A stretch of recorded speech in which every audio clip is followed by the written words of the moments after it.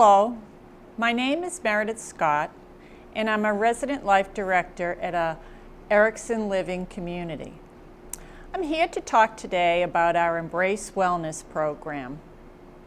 We're going to look at the emotional dimension today, and the subject matter is navigating change. So we're going to look at stress from change. Stress from change is a natural part of life. Even positive changes in our lives can generate stress. Without appropriate stress management, it can affect our physical, mental, and our emotional health.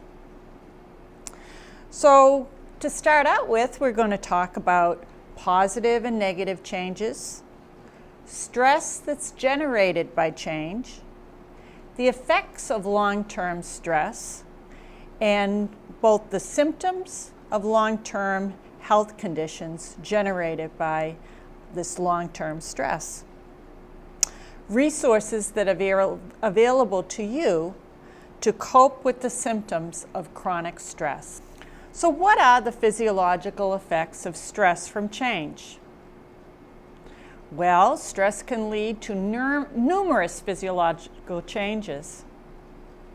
We have chemicals that are released, such as cortisol and adrenaline, to prepare us for either fight or flight, to deal with a perceived threat.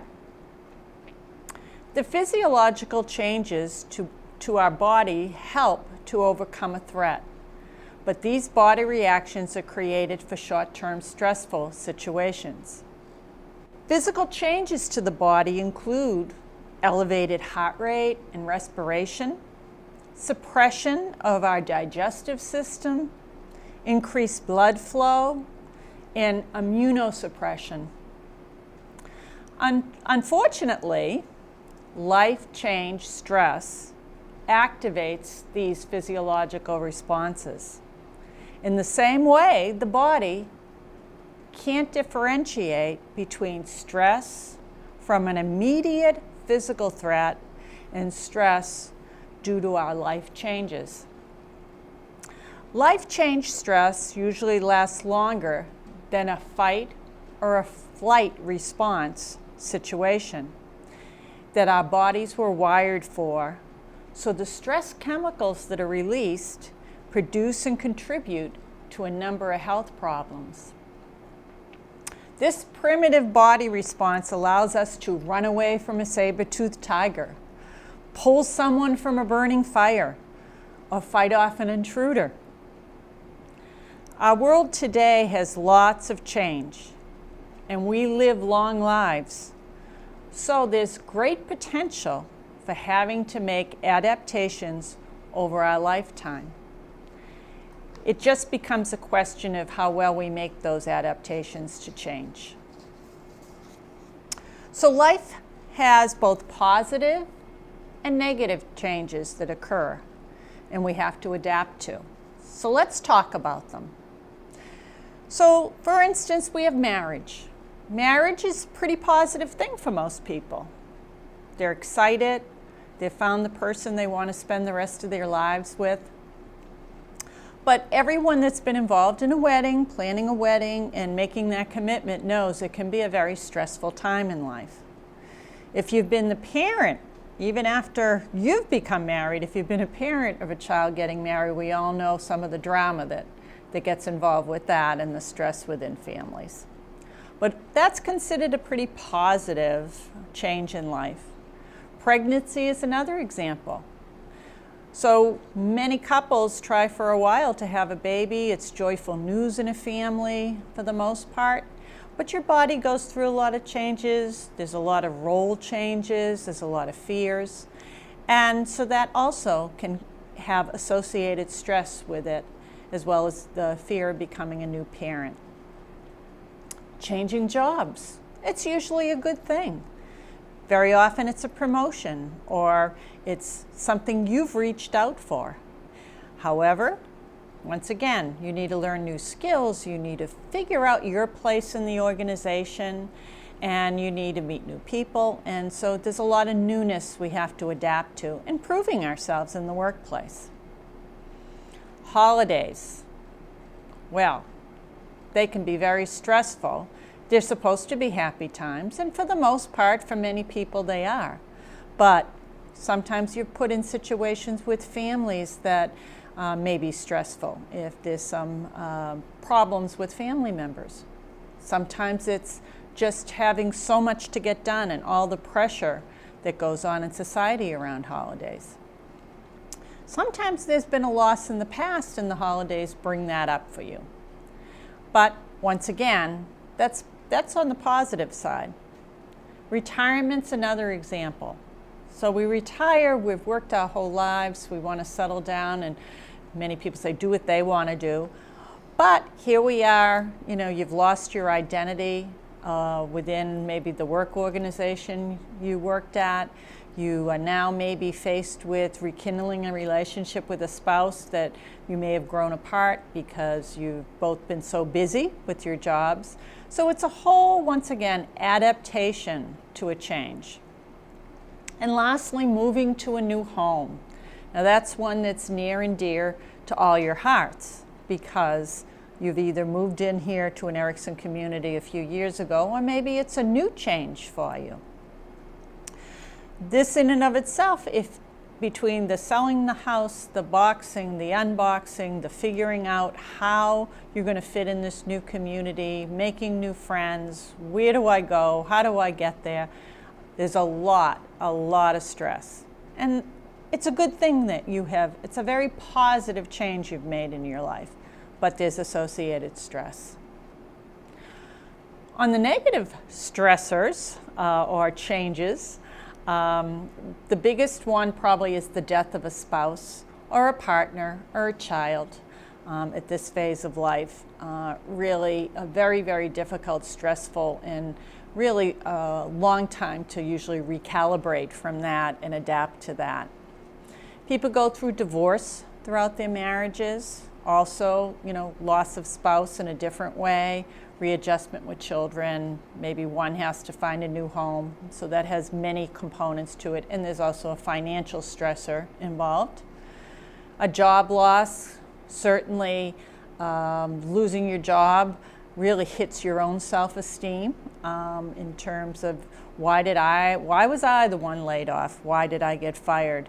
And so that really puts things in a turmoil for a person, mostly around self-esteem and financial issues. Illness and new diagnosis, that's a common one. You can certainly have a progressive illness that now has progressed to the point that there's some major life changes that have to occur for you, or you could get a new diagnosis and all the associated fears of adapting to that. Financial issues is always a stressor and is actually wrapped into some of the other changes, as well as the death of a close friend. So at this point in your life, very often there's friendships you've lost through death, and so that's readapting your support network over and over again. Can be a real life stressor. So we've talked about life changes and positive and negative. Now let's talk about some of the physiological signs that you may be under too much stress. So these are the signs, these are the symptoms. You may develop aches and pains, frequent headaches, palpitations. Some people become very exhausted, chronically exhausted. They just don't have the pep they used to have. There may be some changes in your sexual desire or changes in your appetite. You may want to eat less or eat more. Both can contribute to some problems later on. Frequent infections. It's that winter that you just had multiple colds or flus. And then people also develop gastrointestinal systems due to being under too much stress. Now remember, when we're under these stressors, we have these chemicals being produced in our brains and our bodies chronically, and that is contributing to some of these symptoms. So all these physiological signs can be due to diagnoses. So there could be other comorbidities, there could be other diagnoses associated with these, but your stress factor needs to be considered. If you are struggling to adapt to any change going on in your life, so your physician is a good place to start to sort out these symptoms, to figure out, are some of these things going on due to stress, or is it really due to the fact that I do have a diagnosis contributing to this? So the honesty with your physician is really important so that you can get the right diagnosis and be treated through the help of your physician. So psychological signs of poor stress adaptation are the following. We may have anxiety that is constant or out of proportion to the situation. We may have irritability or moodiness. We may find ourselves constantly worried. That's really not healthy and that's not normal. How about the inability to relax? So it's a situation in which you can't relax with a book, you can't relax with TV, you find yourself not being able to just sit and relax and enjoy your friends. Sometimes people avoid relationships and responsibility. That may be a person who just doesn't get out of bed or begins to isolate in their homes. Poor self-esteem. That may be the person that blames themselves for circumstances, for whatever's happened. I shouldn't have done that, or if I hadn't done this, that wouldn't have happened. It's all my fault. Those are some of the statements that you may encounter with that situation. I'm really here to say that no one person usually causes everything to go wrong. Though we all may have a part, we may make mistakes. When we're viewing everything as our fault, that really may not be a good sign for you. It may be a sign that you are exhibiting some psychological symptoms associated with stress.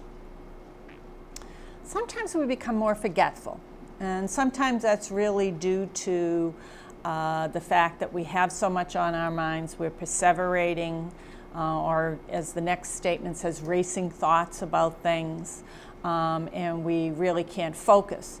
Sometimes it's because, as we've talked about with some of the chemicals being released when you're in a chronic stress state, you could be damaging your hippocampus. And your hippocampus is where in our brains, where we hold all that information for recall that we bring up. So there's a combination of factors with our memory that get impaired via stress. So people react to stress differently. Some people adapt quickly to stress, while others may not adapt. So therefore, they experience these signs of poor adaptation. Now, associated with both the psychological signs and the physical signs we've been talking about, we also can develop health problems associated with common stress. So now we've moved from the symptoms, we're saying, to actual diagnoses, because the symptoms have persisted so long, we're able to measure them in the doctor's office in some way. So you may develop poor immune function, and you could over time develop an autoimmune disease that would be a chronic disease. You could develop insomnia, consistently losing sleep every night. You could have anxiety that is just pervasive for you on an everyday basis. Muscle tension and pain that, the associated pain inhibits your ability to do things. Pain is a terrible thing, and when all your stress settles into your muscles, that can create pain within your joints. High blood pressure. So when all these chemicals are going in our brain and it raises our blood pressure, that can be a common chronic condition. Heart disease, which is of course associated with high blood pressure. Obesity, when we eat too much to cope with things. We could have another issue with not eating enough, with failure to thrive, or losing too much weight. But obesity is a comorbidity when some of these symptoms become chronic. And lastly, depression is also an outcome of having all this go on for too long. So, chronic stress can develop into these full-blown medical conditions that would need to be treated with a physician. So how can we mitigate the effects of this stress? What are some of the ways here at an Erickson community that we can help? One thing you can do is lean on your social network. So spending time with family, friends, and loved ones can help mitigate stress as you're not feeling as alone. Deep breathing, meditation, yoga, they're all beneficial, as well as physical exercise programs. You can work with a personal trainer at our fitness center. You could utilize the equipment and develop your own program. You can join groups for physical fitness and have that commitment to do that on a daily basis. We want you to continue to love the activities on campus that you've always done. So we want you to engage in your hobbies. Get out there and continue to be engaged. Maybe not fully if you're working through a problem, but don't isolate. Eating healthy foods and minimizing caffeine and alcohol are also important. Go to the dining room with your friends. When you go to the dining room with friends, there's going to be opportunity for both laughter, socialization, and forgetting a little bit about what brought you to this state of mind to begin with.